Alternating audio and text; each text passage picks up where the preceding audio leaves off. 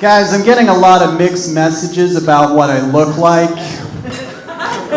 My mom says I'm handsome. My 2-year-old niece says I look like an owl. Yeah. Last week, my friend was like, dude, you look like Casey Affleck. I was like, wow, thank you.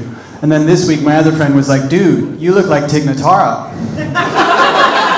I was like, thank you. The other day, a complete stranger addressed me as Kip, knowing full well that that is not my name.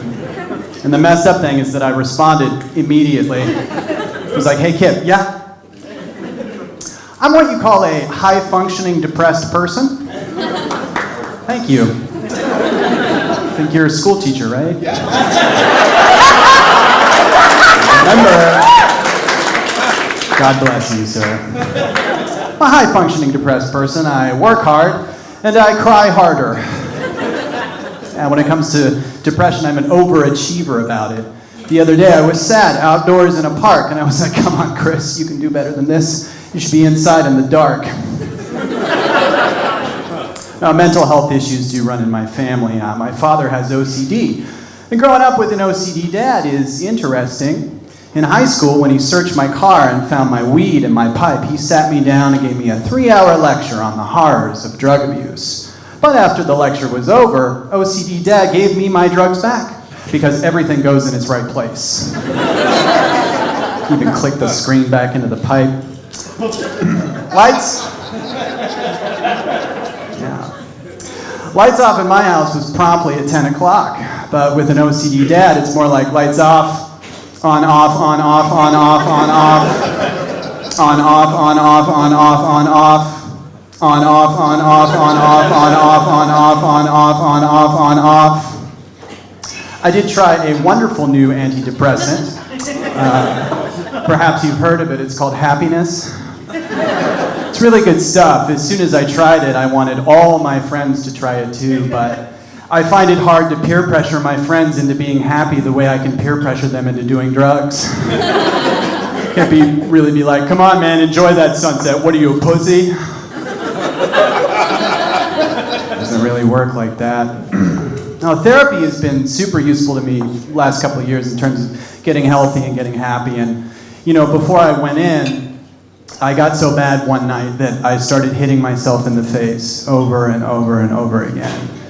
Yeah, and I know that sounds terrible, but in my defense, I provoked me. I mean, I was acting like an idiot, you know. Sometimes I don't know when to shut up. Getting laid makes people happy, I've found. Having sex. And my roommate, he's a really happy dude.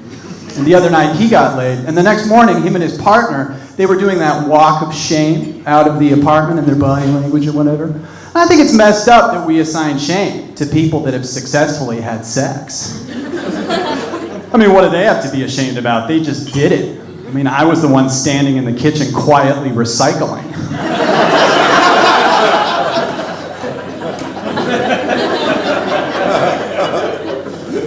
I found that volunteering is a really good way to find happiness. Like, giving selfless service is just like free happiness.